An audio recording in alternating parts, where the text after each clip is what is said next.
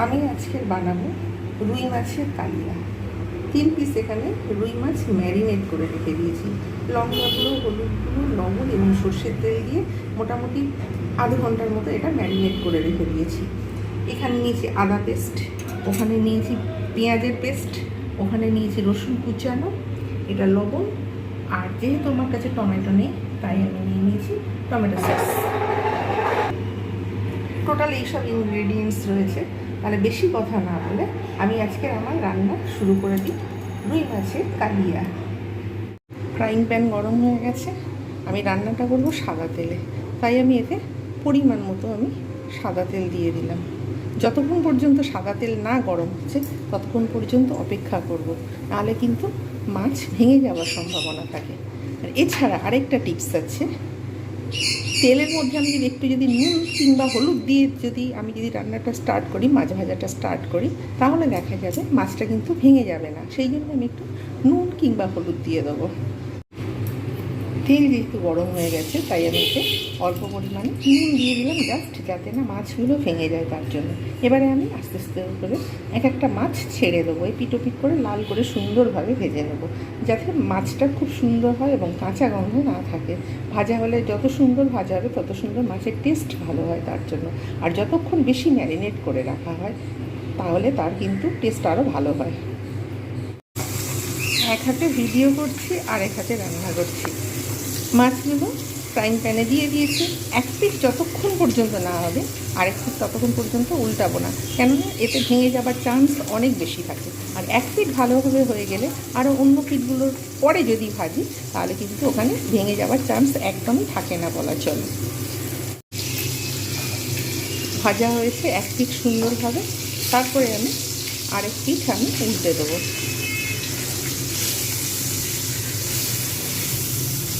এটাও ঠিক এমনিভাবে আর এক পিঠ উল্টে দেবো। এইরকমভাবে মাছের সব দিকগুলো সুন্দরভাবে ভেজে নিতে হবে, তাহলে কিন্তু মাছ খেতে ভালো লাগে।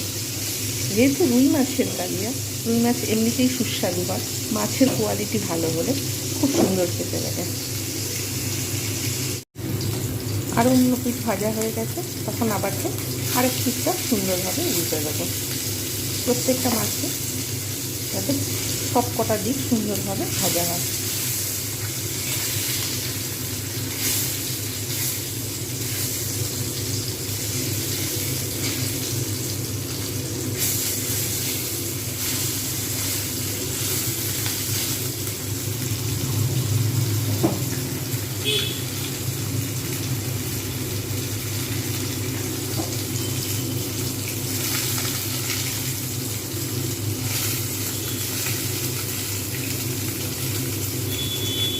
যাতে সুন্দরভাবে ভাজা হয়ে যায় তার জন্য আরেকটু অপেক্ষা আমাদের করতেই হবে।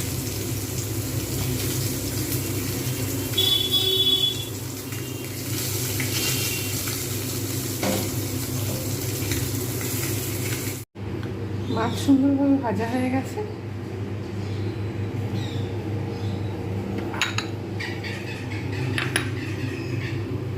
এইবারে আমি তেলের মধ্যে দেব কালো জিরে অল্প পরিমাণে, একটু কাঁচা লঙ্কা, আর যে রসুন কুচিগুলো রেখে দিয়েছিলাম সেই রসুন কুচি দেবো। রসুন কুচি দিলে টেস্ট খুব সুন্দর হয়।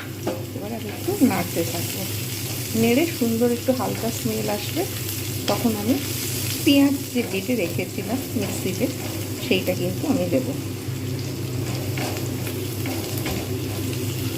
একদম লাল করবো না, হালকা ব্রাউন ব্রাউন ভাব আসলে তখন আমি এতে দিয়ে দেবো পেঁয়াজ বাটা। রসুনগুলো হালকা ব্রাউন হয়ে গেছে, এবারে আমি এর মধ্যে দিয়ে দেবো পেঁয়াজ যে বেটে রেখেছিলাম, সেই পেঁয়াজ বাটাটা আমি এর মধ্যে দিয়ে দিলাম। পেঁয়াজ বাটাটা দিয়ে দিয়ে আমি কী হবে, যে রসুনের সুন্দর একটা স্মেল আসবে, আর যতক্ষণ পর্যন্ত পেঁয়াজটা একটা কাঁচা গন্ধ না চলে যায় ততক্ষণ পর্যন্ত আমি কিন্তু এটা ভাজতে থাকবো। পরে একটু পরে আদা দেবো, এখন দেবো না, একটু পরে একটু ভাজা হয়ে যাক, লালচে ভাব আসবে তখন আমি আদাটা দিয়ে দেবো। দেখা যাচ্ছে পেঁয়াজ সুন্দরভাবে ভাজা হয়ে গেছে।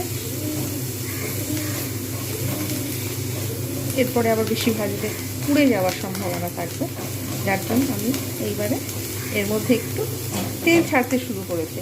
এবারে আমি এতে একটু জল দিয়ে দেবো, আদা যাতে না পুড়ে যায়, কারণ আদা একটু কাঁচার গন্ধটা ভালো লাগে, অতিরিক্ত মানে পুড়ে গেলে ভাজা হয়ে গেলে তখন কিন্তু ভালো লাগে না। তাই আমি এতে একটু জল দিয়ে আদা দিয়ে দিলাম। আদা বাটাটা দিয়ে এবারে আমি আস্তে আস্তে লঙ্কা গুঁড়ো, হলুদ গুঁড়ো দেবো, পরে লবণটা দেবো। একটু যদিও দেওয়া রয়েছে তেলের মধ্যে। সুন্দরভাবে মশলা কষা হয়ে গেছে। আদাটা যাতে না পড়ে, ভাজা হবে কিন্তু পুড়বে না, সেই রকম অবস্থায় আদা কিন্তু দিতে হবে। এইবারে আমি দিয়ে দেবো হলুদ গুঁড়ো, তার মধ্যে দিয়ে দেবো লঙ্কা গুঁড়ো পরিমাণ মতো, যে যেমন খায় সেই রকমভাবে দিয়ে দেবে। একটু কষিয়ে নেব, কষিয়ে নিয়ে তারপরে আমি এর মধ্যে পরিমাণ মতো জল দিয়ে, তারপরে না জল দেবো না, তার আগে আমি একটু টমেটো সস দেবো। যেহেতু আমার কাছে কাঁচা টমেটো নেই, তাই আমি একটু টমেটো সস দিয়ে দেবো। ব্যাস, তেল ছাড়তে শুরু করে দিয়েছে, দেখাই যাচ্ছে। এবার আমি এতে একটু অ্যাড করব টমেটো সস।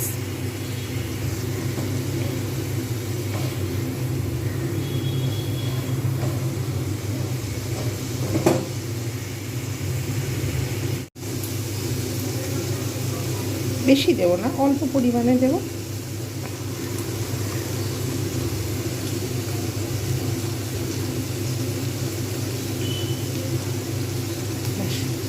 দিয়ে দিলাম টমেটো সস। এবার একটু ভালোভাবে নাড়ব।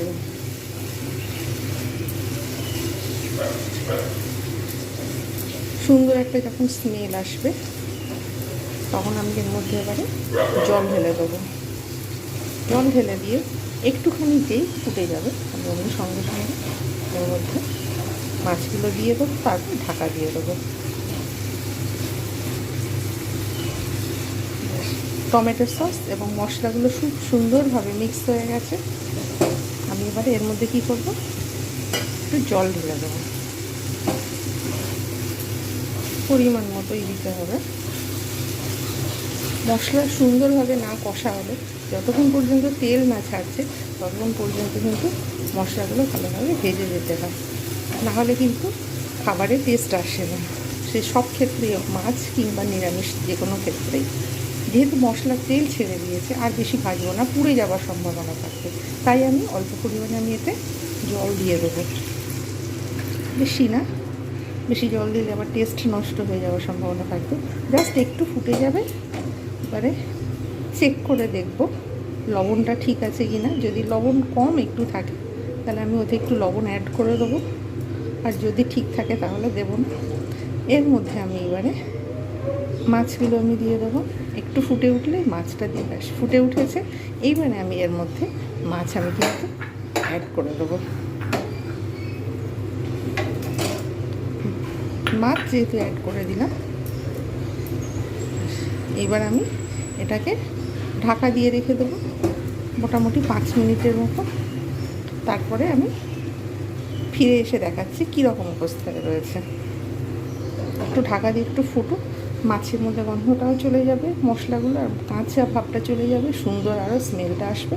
তারপরে সার্ভ করে দেখাবো কীরকম লাগছে। অলরেডি 5-6 মিনিট হয়ে গেছে। এবারে আমি এটাকে চেক করে দেখব কী অবস্থায় রয়েছে। কত সুন্দর হয়েছে, সুন্দর ঘ্রাণ, সুন্দর কালার, সব কিছু ঠিক পারফেক্ট। আমি এইবার ওভেনটাকে আমি বন্ধ করে দেবো, কারণ এরপরে আর দরকার নেই ওভেনটাকে। এবারে আমি সার্ভ করবো, তারপর দেখাচ্ছি। গার্নিশ করবো কাঁচা লঙ্কা দিয়ে, তারপর দেখাচ্ছি। তৈরি হয়ে গেল বাঙালিদের সুস্বাদু রুই মাছের কালিয়া। এই ডিশটা খুব সুন্দর, গরম ভাতের সঙ্গে ভালো লাগে। অবশ্যই এইরকমভাবে বানালে খুব সুন্দর খেতে লাগবে, সুস্বাদু লাগবে, এবং গরম ভাতের সঙ্গে যেহেতু ভালো লাগবে, তাই আমি বলবো যে প্রত্যেকে এই ডিশটা একবার বানিয়ে দেখো, এবং অবশ্যই কমেন্ট করে জানাও কীরকম লেগেছে। আর আমার চ্যানেলটা ভালো লাগলে কিন্তু সাবস্ক্রাইব করতে ভুলো না। নেক্সট টাইম আরও একটা নতুন ভিডিও নিয়ে তোমাদের সামনে উপস্থিত হব।